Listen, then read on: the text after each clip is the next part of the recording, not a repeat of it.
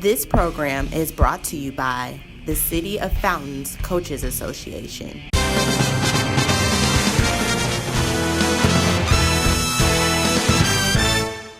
Tonight, we have the men's head coach of Huston Tillotson, and we have always the brilliant, the witty Coach Glasgow, who is the Director of Operations for the City of Fountain Coaches Association.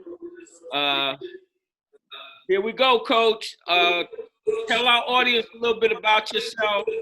And like I do my high school kids, you watched enough interviews, you know the drill.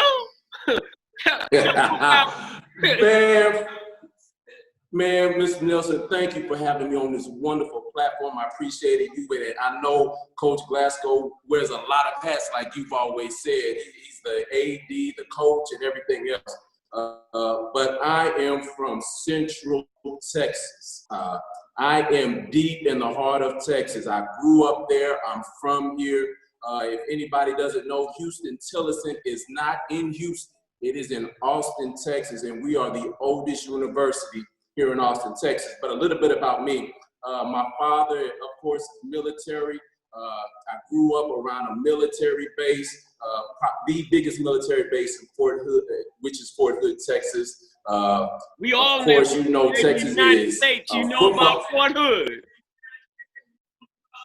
Oh yeah. And so the surrounding areas around there, it's football country here in Texas. An hour north, you have, of course, Baylor.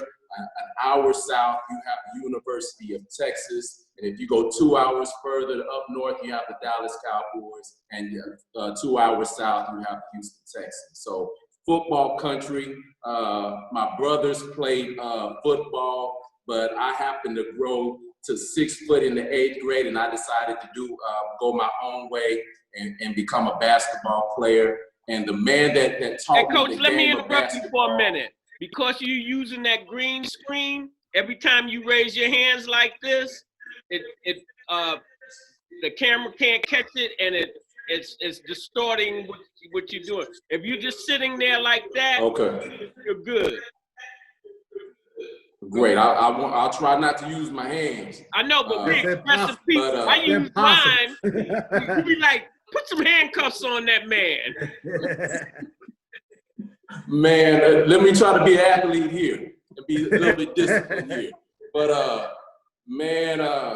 played basketball, and the man that allowed me to get into the game of basketball is David Manley, my first basketball coach in the 9th grade. I was a pretty good athlete, but he taught me so many things. And one of the things that he taught me is life is about relationships. And the relationships that you have with your family, your friends, and the God that you serve, you have to be able to build relationships. And he taught me the ins and outs on how to build those relationships.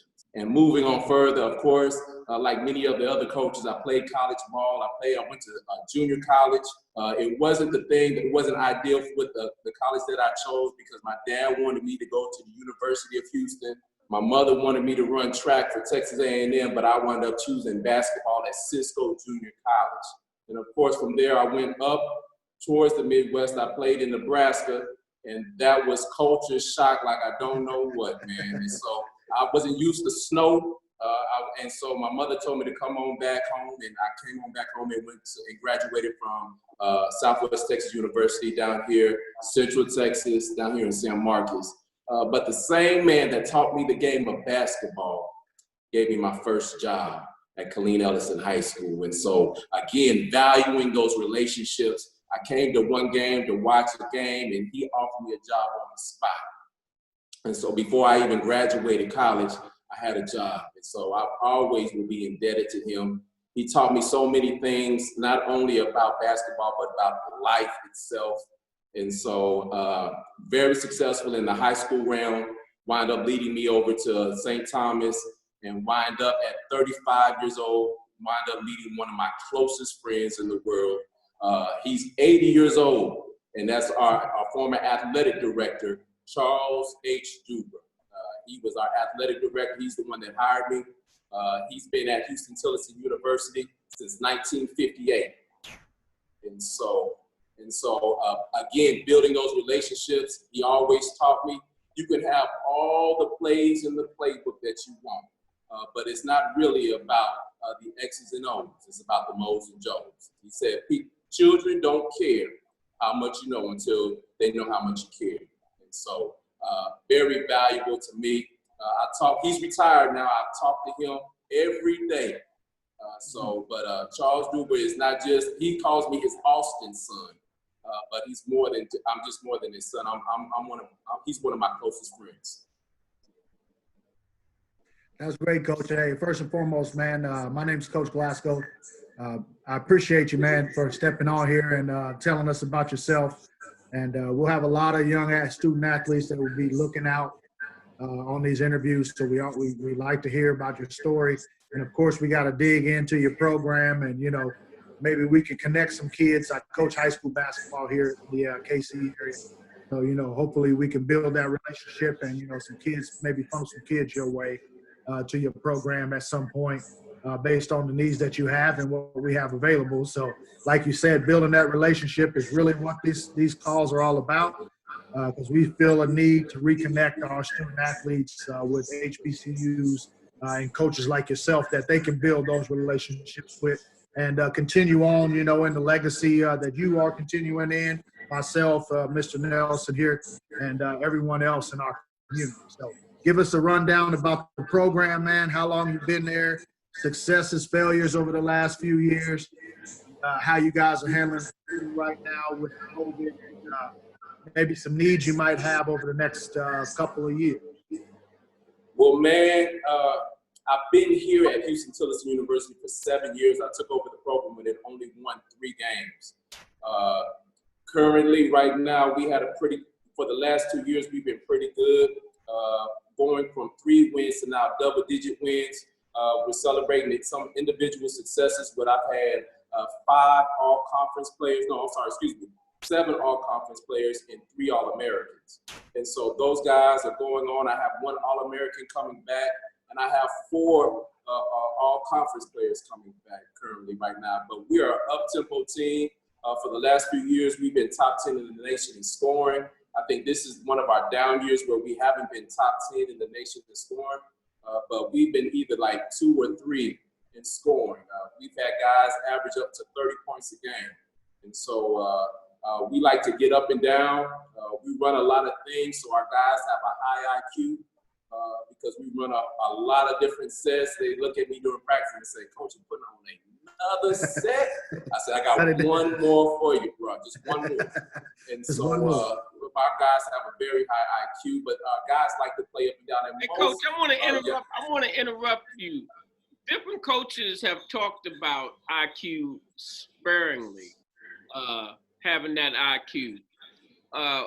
Do you recruit looking for a player that has a high IQ or what? Absolutely. Go ahead, Glasgow, elaborate on that because y'all are coaches. Well, I mean, IQ is something that is difficult to measure when you see a kid right away. You really have to see them in more than one situation, multiple situations, kind of see how they handle themselves. But I'll let, that's my opinion on that. It's hard to really judge basketball IQ, other than just, seeing a kid and all of the intangibles that they might have that other basketball people wouldn't notice. That normally basketball people or basketball coaches notice those smaller things. And they say, man, that was a really high IQ play, or, like that the normal basketball eye that's just a fan, they just cheering and, but we register that stuff. So, Coach, I'll let you elaborate on what's your view of that. How important do you think that is in the overall scheme of your program and recruiting, Coach? That's a great question. I think it's very important, but I think that's part of the HBCU experience. I don't think people understand that you bring young people in that are below the level, and then you raise them to the level where they can be at, and then you try to go over and beyond and try to put them at that level to where you say there is a high IQ. They have an IQ. So you spend that time. That's one of the things Coach Dubois talked to me about. You couldn't go to these Power 5 schools and go anywhere. They wouldn't accept you. So how am I going to be competitive in the world today where those teachers spend time with you? He talked about one of his professors. He would go over to the house, clean up the house. She would fix lunch and make him study and tutor him to get him to the level and go over and beyond. That's part of the HBCU experience. And I think that's one of the special things on why we want our kids, why we want kids that look like us to come to our school, because we can put some tools in that tool belt to make them be successful and be competitive. And I think that's how you get the high IQ. It's not, are you looking for it? Are they willing to work for it? Are they willing to spend the time to get better? Hard work. When they leave my program, they're going to know what hard work looks like, what it feels like, and what it tastes like. And when they do that, you gain the intelligence. I'm not Dean Smith. I'm not Coach K, but I work at being great. And that's what you teach our young people right now. And I think that's where we have to go as being coaches, especially at HBCUs. Are we teaching them how to work to be great? The road to success is always under construction. Always. Right. So tell us, Coach, about, conference play. What conference are you in down there? What's the competition level like? I mean, what do you guys face on a year-to-year basis? And what do you 2021, 22 classes look like? And what type of pieces will you be looking for the next couple of years? Well, right now we're in the Red River Conference in NAIA Division I. And if anybody knows NAIA, when we talk about the Red River Conference, you know that we're either the best conference in the nation or we're two. 2 years ago, we had 3 of our teams in the Final Four. And so it's real competitive here. And so most of our guys are All-Americans. When you're talking about the top player in the conference, you're talking about Player of the Year in NAIA. That's the kind of level that we're playing at here. Night in and night out, you cannot take a night off because the bottom team can easily beat you. If you look at preseason rankings and rankings throughout the year, we usually have 4 teams in the top 15.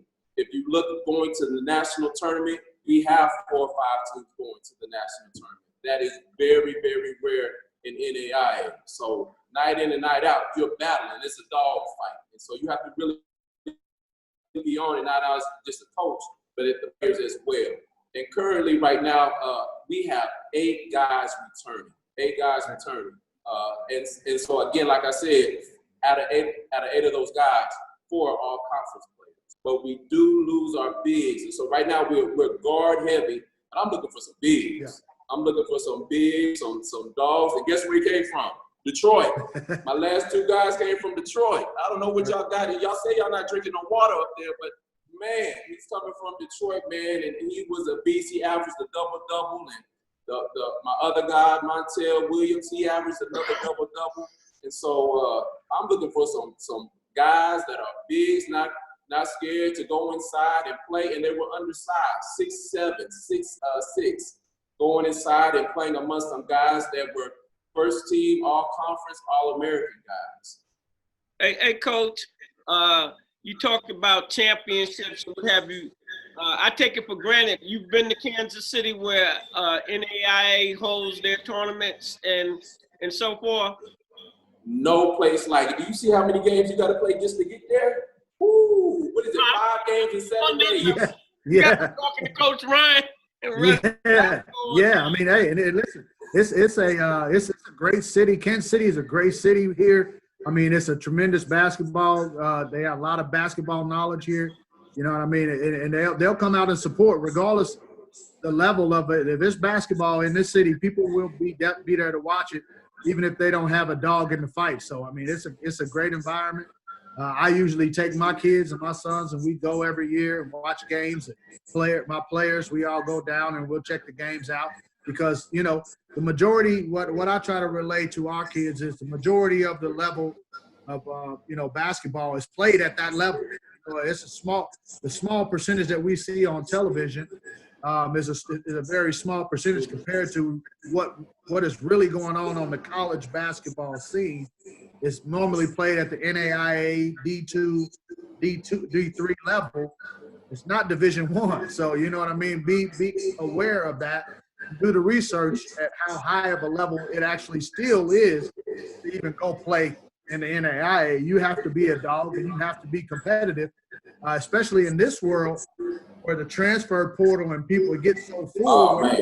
It's just overflowing and people just trying to find a place to go play. So, you know, I'm sure you've experienced that, you know, more so than, you know, I have. But, you know, Kansas City, man, we got some dogs. The 1 year that I came down there for the national tournament, I was an assistant. And during that time, y'all had the Big 12 tournament going on at the same time as the NAIA national tournament going on. I'm talking about basketball galore. I was just questioning, how did you house everybody, especially all the fans that came? Well, we've got new hotels now, and we're surrounded by several suburbs. Kansas City is surrounded by several suburbs, like, you know, and it's right on the state line of Kansas. So you can trickle over into Kansas and, you know, in the state line and littler places all around it that host hotels. There was only, you know, 15-minute drives into, you know, where events are being held, municipal and the Sprint Center and things like that. So the NAIA their headquarters is located here downtown, right across the street from Sprint Center. And on our network, you see a lot of those games.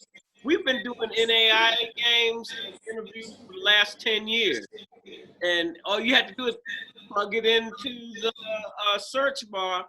But when we talk about these HBCUs, our City of Fountain Coaches Association, it has always been where I wanted to go, but we're primarily a high school website, and I'm not talking down at our high school coaches here in the city, but a lot of them didn't get it.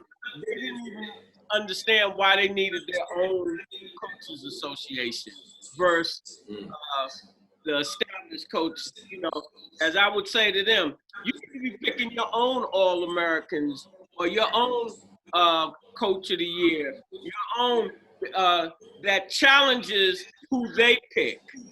Because most of the time here, Coach Glasgow was the only one in the room with that association. I won't even mention no names of the association, but the major association that all of the schools, they pay dues to have all of their coaches as members, but they don't have no representation. I'm switching up real quick. It's like the U.S. Senate. We got 3 black senators, and all them senators, and they were supposed to represent us. And so if you don't build your own, as I use examples like Hollywood, they cry about the movies and blacks not being there. What did Tyler Perry do? Tyler Perry said, I'm gonna build my own studio and it's bigger than all your studios combined. So that's what this Coaches Association is about. We've got to build our own. Going back to bring this conversation full circle, all right, the College Experience Day Hall of Fame every year, they induct. Our Coaches Association is supposed to have a big suite or 2 suites where we invite our coaches to come down for that ceremony, and then they get a chance to mix with Division I coaches that higher status, because everybody's looking to move up and establish what you were talking about, some relationships. But you can't look for their Coaches Association to pay for your room and pay for a hospitality suite or put that together. We've got to start formulating strategies and finding a way to finance them. Because to join our Coaches Association right now is free, right?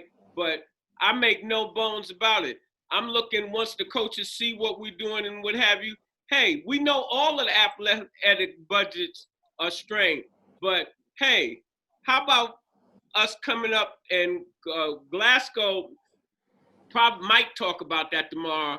I don't know, about putting a few dollars in what we would want to call our membership so that we can do things. Another thing about the Coaches Association, we're going to get back to your situation, is the Division II, Division III, and NAIA coaches, y'all have separate problems from Division I. Y'all have different issues that need to be addressed. And with our Coaches Association, we plan to address them where they can't really single out a coach or a school because it's the association bringing that forth. And we haven't had that. And not only have that, see, you can have that, but if you don't have the platforms to get that out, the mainstream, they're not good. They might put a blurb in there and it's the end. But we have these platforms and we've been around, and we can drive it home every single day until they get that daggone message. Yeah. And just like this C-19, they don't want people not coming into the stadium. They don't want people not buying apparel. They don't want that. And so this is like they say, the perfect storm. This is the perfect situation for us as African Americans to come together in the sports sense to create the atmosphere where our young players don't go to major universities and they can come to HBCUs, bring that money.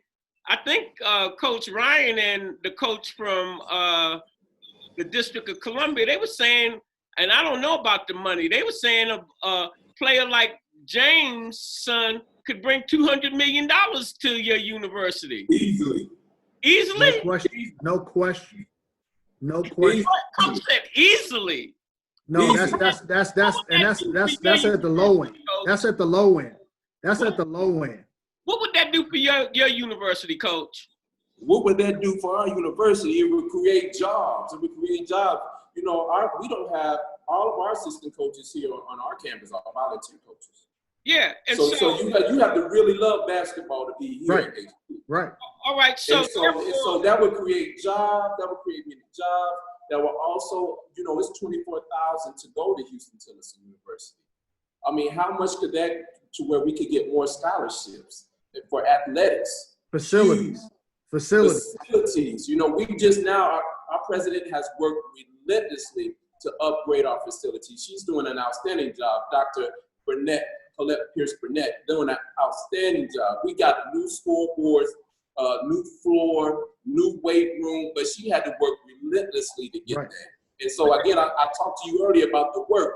The work is contagious. When she does the work, it just trickles on down to everybody else. But if you have LeBron's son coming down here and you get $200 million, do you know what that could do to your university? Do you know what kind of platforms even more platforms that you could give for just having something like that? Right. I mean, he's already getting coverage. But that is right now, that is one of the primary goals of what we're trying to do. They're not going to come unless they can see, hey, this is going to work. Everybody, you know, before LeBron James said, hey, you agents, I'm not dealing with you. This is my homie, and he's going to be my agent.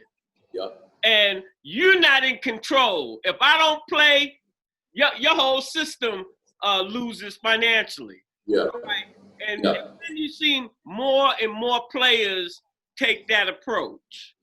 So with our Coaches Association, we have to have the fervor and we have to have the gall and stiffen our spines, per se, to participate in something that's going to be game-changing. And as I say and have said, Coach Glasgow is going to be at the forefront of a lot of things that we're doing. We're working with the Biddy from kindergarten to 8th grade. You get them while they're young, and you have to instill in them what their responsibilities into their parents. This is, and then you hand them off to your City of Fountain coaches in the high school, and then they hand them off to our HBCUs. My generation, I come out in '69, high school. You went to a HBCU. That's where, when Grambling was king, and all of the black HBCUs were putting out star basketball players, star football players, and the big universities had to take note. Not only did they say we got to have more black athletes in our program if we plan to win, then they put a marketing program, a 20-year marketing program on. These black athletes have made the NFL, have made the NBA, and we have not benefited. And that's because we have not been organized, and we have not had a real, true commitment. And so under the leadership and tenure of Glasgow, we plan to change that. Yeah, I mean, I think that now more than ever, Coach, you know, as you know, you deal with young men and young women on campus, and the kids that you don't even coach. You coach everybody when you're the coach. You know, I mean, everybody seeks you out. You know what I mean? Information. It doesn't matter if you gave them a scholarship or not. You know, if they know you, and then they'll come to you for advice. And you know, I think that we do that on a small level. You said you coached high school before, so my journey is really trying to get the information to these young student athletes of what is actually available to, because I feel like with the tools that they have that I didn't even have in my generation, that we wish we had, the Twitters and the YouTubes and all of these sources. Boy. They never use them for research to find out about a coach like you. You know what I mean? Like, so we want to put these type of videos on those platforms so that a player could just be clicking on something that somebody retweeted and see your face and say, hey, this is an interview with this guy. He's down in Texas. I didn't even know they were down there, man. Let me research that place. You know what I mean? Let me look what their application process is like. Maybe I can go there. Maybe I need to, let me look on the City of Fountain Coaches Association page and get this coach's information. I might send him a couple game films, then boom, there you go. You know what I mean? So I think we work on using that platform and to touch base with coaches like yourselves. Of course, I'm a high school coach, so one of my main responsibilities is if a kid wants to play at the next level, try to assist them the best I can, but not just, assist them and just put them in, send it here, go here, unrealistic goals, whatever. I know a coach down in Texas right now, you know what I mean? Mr. Coach Henderson, he gonna take care of you when you get there. This is where you need to go. You know what I'm saying? That, like you said, it's the relationship. It always trickles back to that. And that's what this platform is going to be for. So hopefully that helps you. What are your thoughts on, do you see that a lot these days? Other than the AAU, we want to put something together that's different than that platform that really just digs deep into it. What are your thoughts on that, Coach? And has anybody ran anything like that by you recently? And, how do you feel like, that will benefit your program and, what you going on? Man, I can't tell you how much I appreciate y'all right now. Before we even started this, you text me and I thanked you before I even met you face to face, and then finding out, I'm about to interview. You got to do your homework as a coach, and right. So looking to see how y'all are putting HBCUs on the map, and it's free. It's free. I mean, how does that help our budget right now with the crisis that we're going with COVID-19? So greatly appreciate what y'all are doing right now. We value people like y'all in our lives, not just us as coaches, but as kids too, because some guys do slip through the cracks. Some people think because they don't get to have the high-profile name, they don't come from the high-profile high school, that they can't play. But every place, there's some place for every kid. somewhere. And this is just one of the avenues. This is just one of the platforms to where they can be a part of something special. And they can get the necessary needs and resources, not just to play basketball, because none of these guys are really, I mean, most of my guys, I have one or two that play professional basketball, but to be successful in life. Right. Basketball is, of course, we all know as coaches, basketball is just an arena to teach these young people how to be successful. And so that's what we're doing as coaches. And so I appreciate y'all, because now I have another pipeline from the Midwest. Hey, let me say this to you. Let me say this to you. What I'm asking my HBCU coaches, like you say, this is free. I'm asking my HBC coaches during the season, when you really got something popping, a highlight or something, then you're sending it to us and we're putting it on the HBCU side. And it's not just they seeing an interview, they're seeing each one of our HBCUs, some of the best that you're sending us about you. They put your school in the search box, bam, it's showing interviews possibly that you're doing with your own network with a kid or what have you, or a highlight. The other thing what I wanted to tell you, when you go to Cascade Sports and put the acronym in the search bar, COFCA, standing for the City of Fountains Coaches Association. Mm-hmm. Last year, and this is what we had planned to do this year, was the first year that we put a exposure camp on. We had about 35 boys and about 30 girls, and 7 kids got scholarships from that. And we filmed the whole event. It's about 5 pages on Cascade Sports of interviews with most of the players that were at the camp, with the coaches that came from out of town, and interviews with people that participated. Now, we filmed from the time they start stretching to all of the drills and the play. And one thing I say when I go through this film, a couple of coaches, when they went and looked at that, they would say, who's that kid number 23? Who's that kid number 23? And so you can see what's going on long distance, or you might make the effort to say, hey, I'm coming to that camp so that I can participate, so I can run some drills. So my presence is known because we had juniors and seniors out of high school, and then we had JUCO kids that needed another 2 years.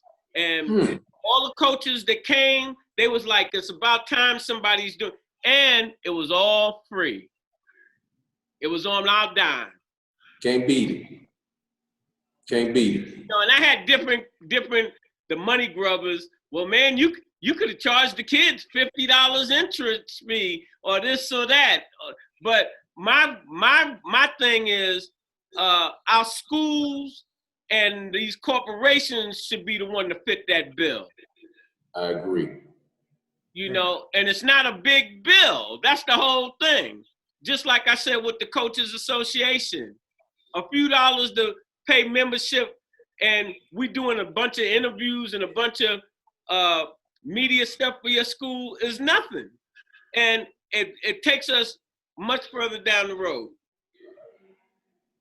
Man, again, I'm going to tell you over and over and over again, thank you. I appreciate you. I really do. And our president would love that, because we used to charge for tryouts. And she said, why? Why? We want kids that come to the school and see the HBCU experience. Why? Let us do the work and let these guys and let the people come over here to see our campus and enjoy our campus. And so right now, we're the same as y'all. We don't charge for tryouts. We let the students come over here, the prospects come over here and see our campus, enjoy our campus. And Coach Glasgow said, homecoming. Y'all don't want to put our homecoming on there. Y'all know about it. Yes, we do. We want them hits, Coach. We want them hits. We tear it down over here. You throw it down? I know you come from Central, Mr. Nelson, but you don't want to come over here to Huston Tillotson University. We taking it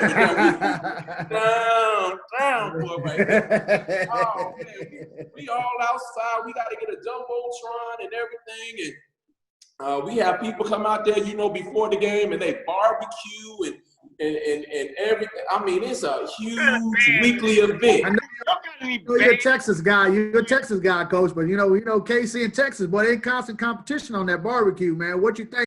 What's your spot when you come to KC, man? What's your spot? Are you going to the franchise spots? That's the most important, or any hole in the walls up in this area? Man, you know what? When I come back to Kansas City, I'm gonna let y'all take me to the hole in the wall. There you go. I'm gonna let y'all take me to the hole in the wall. But I'm from Texas, so I know about some barbecue. So I'm okay. Hey, Glasgow, the last 2 interviews he didn't say, but he's always talking to you coaches. Hey, when you come to town, we're gonna go get a cold one, and we're gonna get man.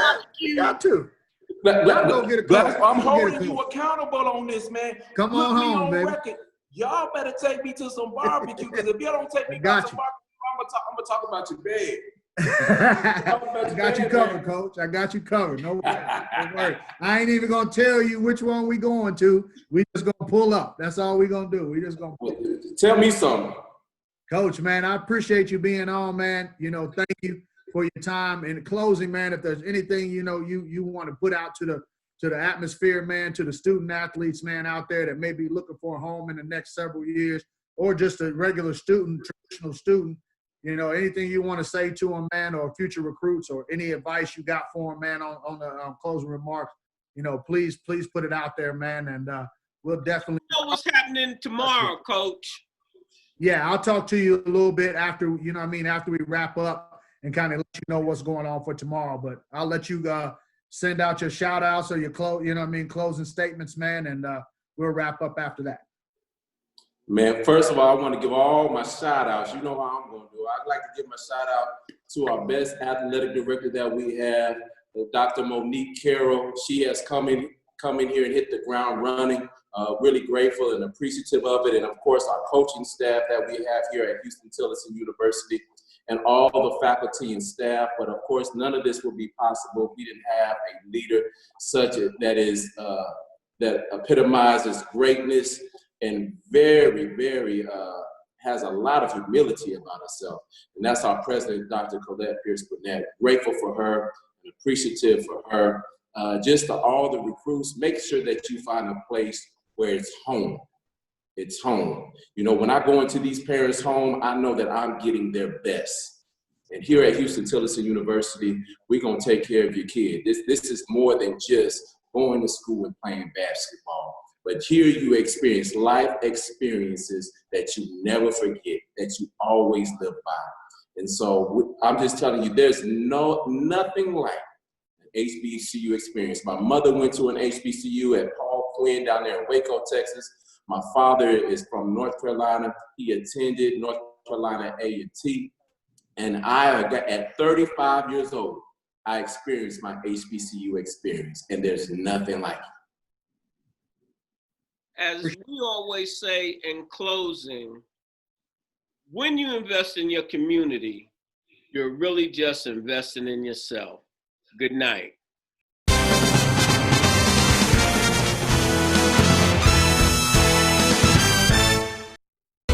This program is brought to you by Clark